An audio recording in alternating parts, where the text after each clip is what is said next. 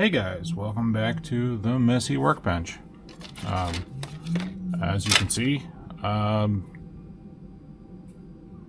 bench was clean. It's messy again. So I finished up with tidying up this section where we blended that down, and today I want to focus on doing the phaser strips. Now, I don't really see a reason to take you guys through the whole ship worth, especially because I haven't even glued the secondary hull together yet. I did do these two just to get a feel for what I was going to do. Now, when it comes to doing these, I did these two just so that way I could figure out what I was doing and then showing you, rather than figuring it out on the fly. After getting this one installed, which I think it looks really good, it dawned on me that if somebody wanted to do a phaser firing effect, you could just cast these in clear. I say cast, but I mean print. It's been a long day. So when I did this one, when you cut these off, I brought this home from work. It's a snap-on rotary cordless die grinder. But I got a carbide bit for it. Now, obviously, you can just use a Dremel. Honestly, you could probably just use sandpaper if you had the time. But the carbide bit made really quick work of it. I'm sure there's a carbide one for the Dremel, but I already had this. So now, after I ground the first one off, I was trying to sand it down. I'm really going to work on not saying as much. It wasn't until I was editing the other video where I realized that I say it all of the time. So once I cut that off, I was trying to sand it down, but since there's a slit in there, it loses all of its structural integrity, and I wound up having to backfill it with the nail acrylic. So just to speed things along, I think I'll just fill this with the nail acrylic before grinding it off, and that should save me some time. It's not that it really took extra time when I did this. The surface was kind of tacky in a couple of spots, and it didn't really affect it in the long run. It was just kind of annoying. So if I can avoid that, I will. So I'll just get this on. It's not a bad idea to kind of prop it up, so that way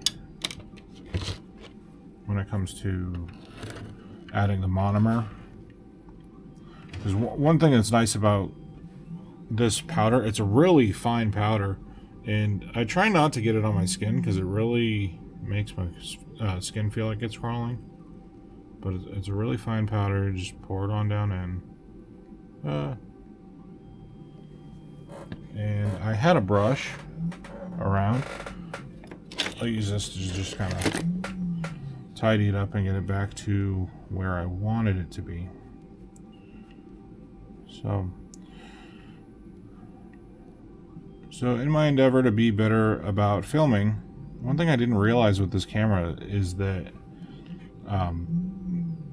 the last video I uploaded was the first video I shot with this camera, and I didn't realize how bad the fisheye kind of look was until I was trying to edit it, because I'm actually trying to not really be in the videos, and I was in it quite a bit.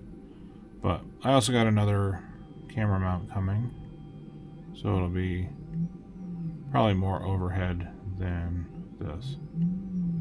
So you can also really easily just kind of tamp it down. I say tamp it down, but that's not really accurate. You can tap the surface and it'll kind of settle. You don't gotta tap it hard, but it'll do it a little bit more uniformly. I don't mind it being like this, but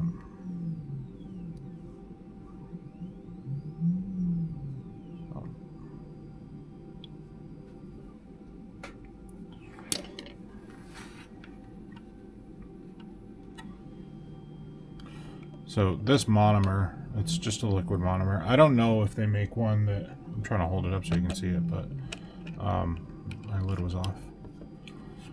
It's just a liquid monomer.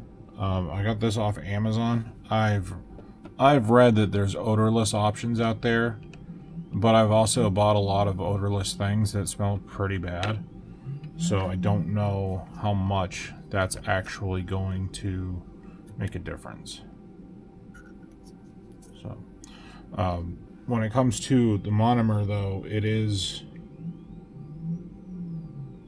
UV.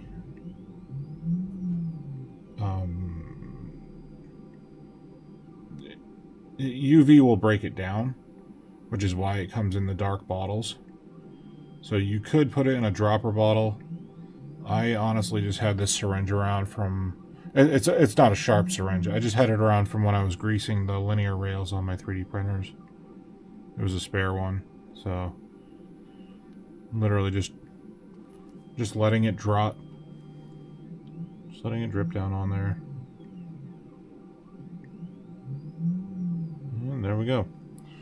So another thing you can do is also, you really should wear maybe a respirator. I don't know what rating, but safety glasses would really not be a bad idea for this. I am sure that if you get this in your eyes, I'm sure it'll blind you pretty much instantly.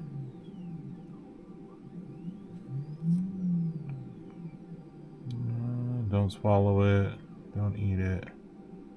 Avoid prolonged contact with skin. In case of eye contact, flush with a lot of water. I like that it says a lot of water. Just a vague measurement. But anyways, another thing you can do is, once you already have that base layer down, you can add more of that on top of it. It's kind of like fiberglass, where like if you put another piece on, it'll absorb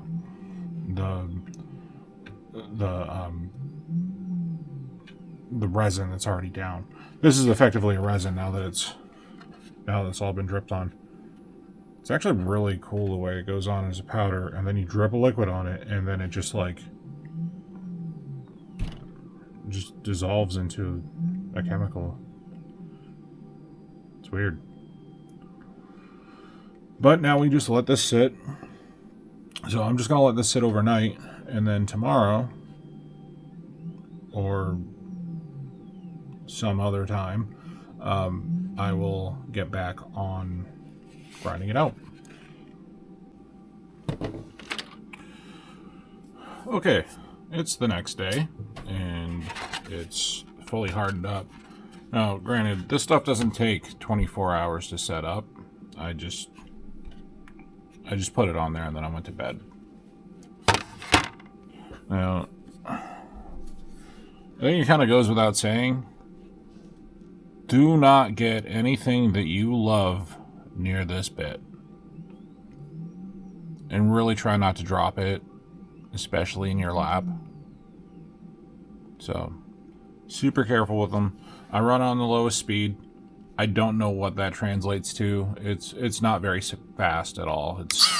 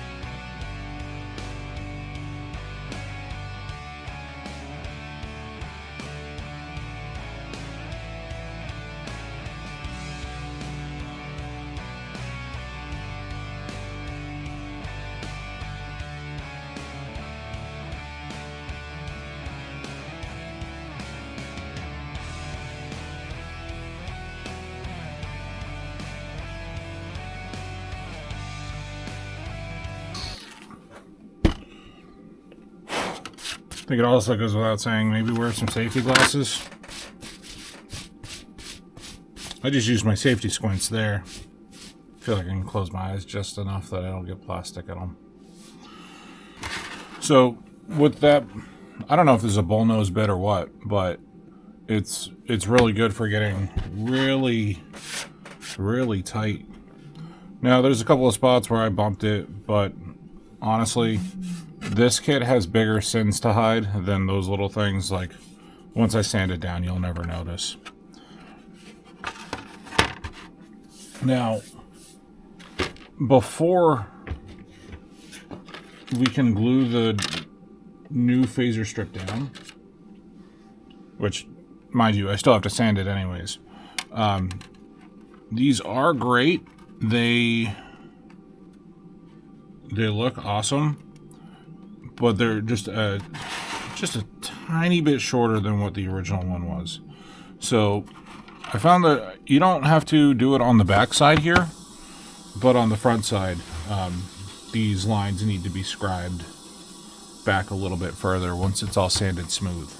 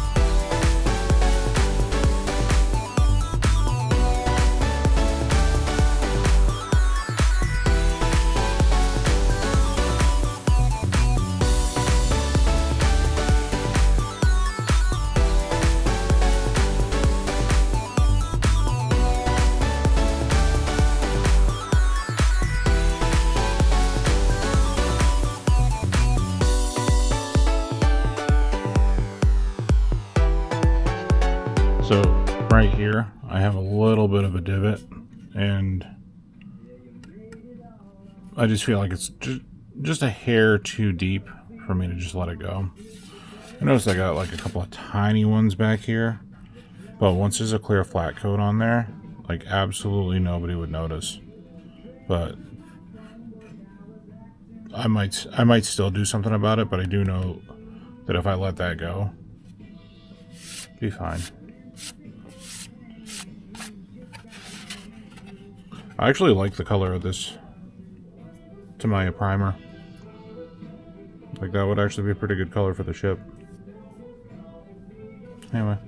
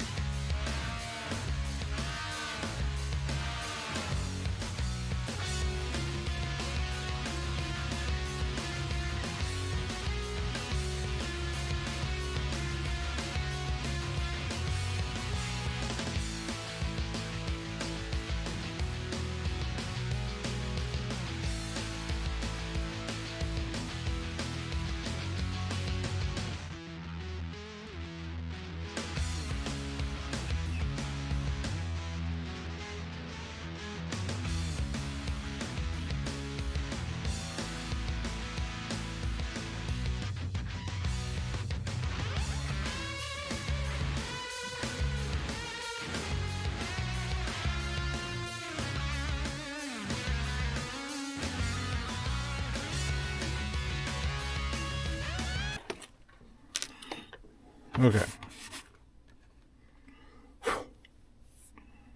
So, I've already sanded the back of this to get that smoothed out. And I just forced you guys to watch me sand this, even though I'm sure you guys know how to sand stuff. I'm about to glue this on, but it's kind of cumbersome to try and do the whole thing at once. So I just kind of glue about half of it, and I get that set about where I want it. And then I'll glue the rest of it down. Actually, looks like I need to scrub that line there too. So one tip that I would give, actually, it might not be a tip, actually, because I don't know the long-term effects of this. I have not cured these yet. I don't know if that's going to be a problem later on, but I thought that it would be much easier to get it to conform to the hull if I didn't cure them before I started gluing them down. And since I have clear acrylic there, I can still cure it from the backside too.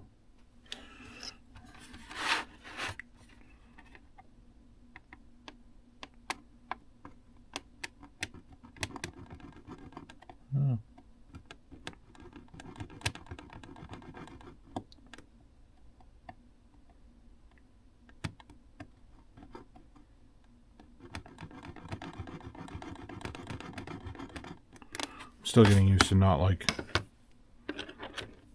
picking up the model and having it right in my face. I should get a set of those visor, the binocular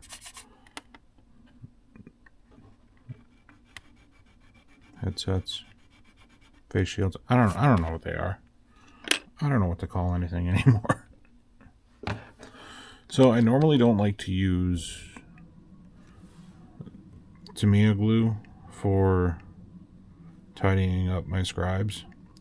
I just find it to be a pretty aggressive glue. However,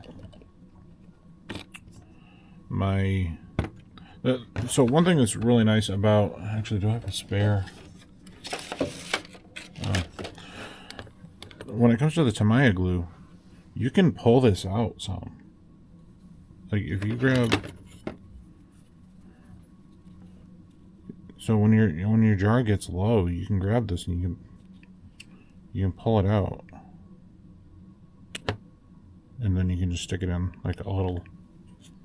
So that's handy.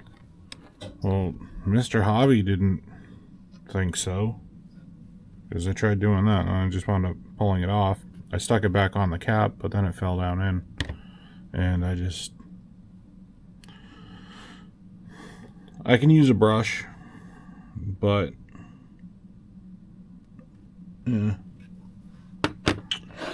so I think that makes us ready to glue this down.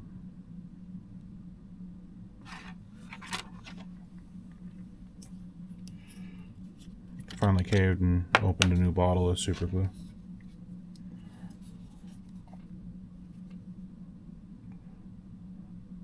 Okay, I'm used to having to squeeze it a whole bunch. Yeah.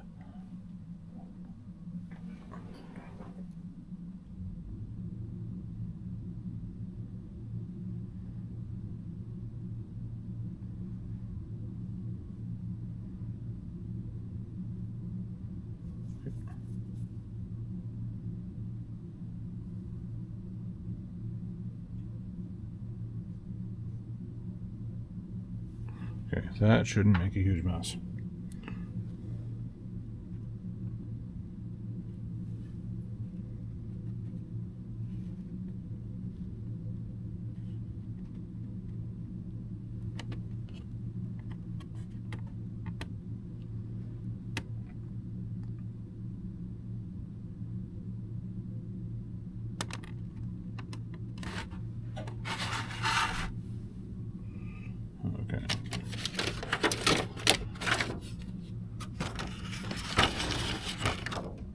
I know I'm gonna make a mess. I'll just put some of this on a piece of styrene and use a sewing pin to just kind of apply it to the bottom.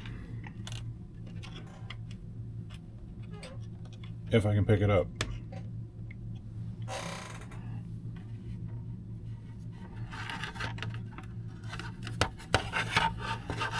So since I didn't cure this, I can still lift up on it some and actually get glued across pretty much the whole thing.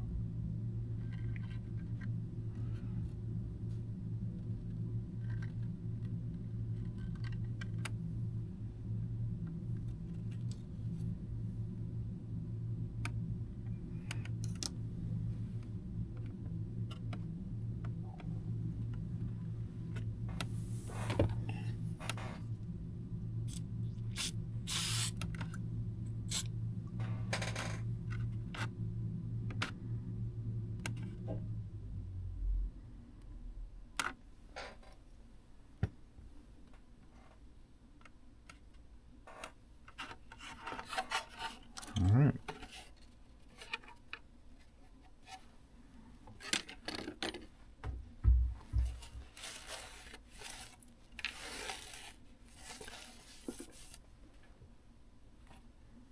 So it looks pretty good. Now that it's glued down, I'll hit it with this light.